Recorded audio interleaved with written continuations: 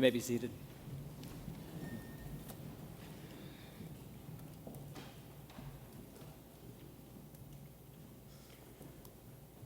Wallace Stevens once wrote, "In my room, the world is beyond my understanding. But when I walk, I see that it consists of 3 or 4 hills and a cloud." If you think I opened this Trinity Sunday sermon with that quote because I returned last week with 35 other Calvary folk from a pilgrimage walk on the way of St. James in Spain, you'd be right. If you don't think it helps explain the mystery of the Trinity much, you'd be right again. But I've decided not to explain God to you today. Sorry, if you came for an explanation of God, not only have you come on the wrong Sunday, I'm afraid you're in the wrong church. But the good news is that the lectionary provides us with a reading from the 8th chapter of Proverbs this week. A chapter that serves as a pretty helpful corrective to what we might think the purpose of a Sunday dedicated to a doctrine is. A helpful correction to our overactive impulse to explain as well. And a curious insistence that wisdom is not something found by myself and within myself in my very own room, but out in the world around me. In my room, the world is beyond my understanding, but when I walk, I see that it consists of 3 or 4 hills and a cloud. Do you know how it is that in your room or in your office or way up there inside your own head, which is really what Stevens means, I think, sometimes the world gets more and more confusing the harder we try to make sense of it? Or how sometimes, when left to my own thoughts, the world gets simpler, but it gets simpler in ways that are untrue, maybe because it's less complicated by the likes of you. But when I get up from my chair and out of my head and go take a walk, the world becomes the world again. It's no longer a concept. It consists first of these 3 or 4 hills and a cloud. Hills and clouds that may be lovely or may be ominous, but they are material things that exist outside my head, things I can't quite imagine away. Now, 3 or 4 hills and a cloud can actually be plenty to contend with in a day, especially when the hills are quite a bit longer and steeper than you recalled from the last time you walked the Camino. Sorry about that, fellow pilgrims. I really did forget how long that climb out of Porto Marin was. And those tiny little upticks in the elevation graph on my phone really looked nothing like the vertical sections of the road on day 3.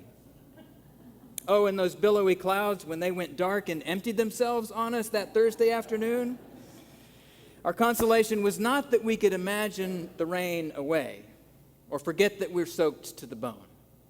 It was that, once you're thoroughly wet, at least you can't get any wetter. But even on a rainy Thursday in Spain, whatever work the Camino de Santiago de Compostela does on one's soul, whatever wisdom it has to impart, happens one step at a time. It comes in through each encounter of the bottom of one's boot with the earth and the encounters with other walkers along the way.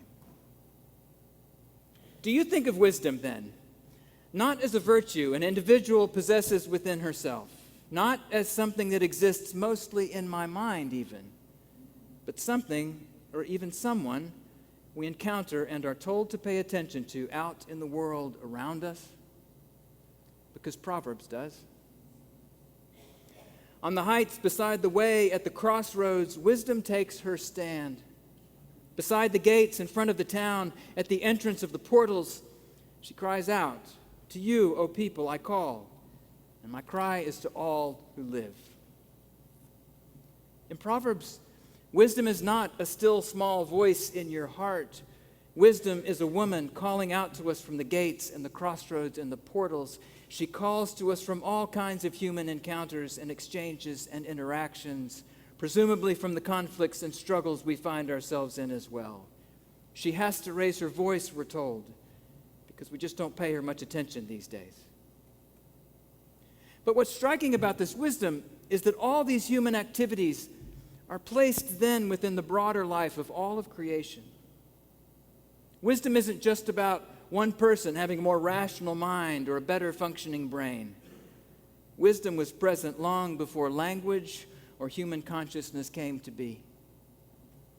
Ages ago, I was set up at the first, before the beginning of the earth, our reading says. Before the mountains had been shaped, before the hills I was brought forth, when he had not yet made earth and fields or the world's first bits of soil. The images of Proverbs 8 rival the final chapters of Job in the gorgeous way that they place human life within the rest of the life of the universe, and then tell us quite clearly that this story, friends, is not only about us. Wisdom, you see, was around a long time before we came onto the scene. So whatever wisdom we human beings manage to acquire only happens in truthful conflict with this much larger and much, much older world outside our heads. When we returned from the Camino last week, as you know, the news back home had not all been good. It never is. But images of hurled bricks and billowing tear gas are not business as usual, even in a city like ours that suffers from too much violence already. Tensions present every day in some of our communities erupted after a young man being served an arrest warrant ended up being shot by U.S. Marshals. Now, when something like the events in Fraser happens, I personally really want wisdom to be about slipping back into the safety of my own room and thinking things out by myself. Inconveniently this week, I had Proverbs 8 to struggle through. Inconveniently, God seemed to be telling me that not to look for wisdom in the quiet of my own heart, but in the streets, on the heights, beside the way, maybe even amid the tear gas and the stones.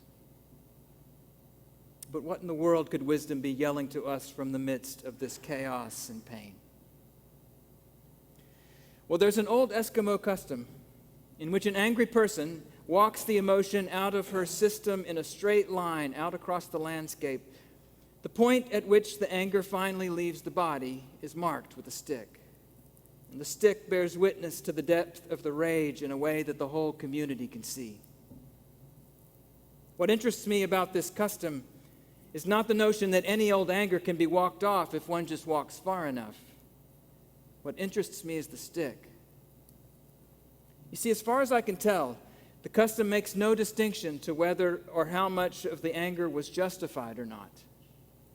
It only makes visible that this anger was indeed alive within our community for a time, whether it was 100 yards or a dozen miles of rage. Even once the particular expression of anger was over, it was remembered. Now, friends, I'm no Solomon, but I do think wisdom still calls to us from the streets. She still calls to us to listen to the fear and the rage in our world and ask deeper questions about their sources. Race and poverty and desperation and fear all contributed to the horror of what erupted in Fraser this week. Can we not mark moments like this one with a stick of our own? Remember them truthfully and commit ourselves again to attend to the sources of the damage and the violence we do to one another in this world. The good news, even on a bad news week, is that wisdom is still alive. She lives deep in the true nature of things, as she has from long before human communities ever came to be. She is alive in the flowers that reach toward the sun to bloom, and the river that makes its way patiently to the sea. And she's alive and calling to us in school cafeterias and hospital rooms and ancient pilgrim routes and courts of law and even churches from time to time, I'd like to think. But she's also present in the hurting and hopeless places of our world, because her cry, we're told, is to all that live, not just some of us, all of us. Perhaps then her first question to each of us today is, will you listen for me in the places beyond the walls of your particular room?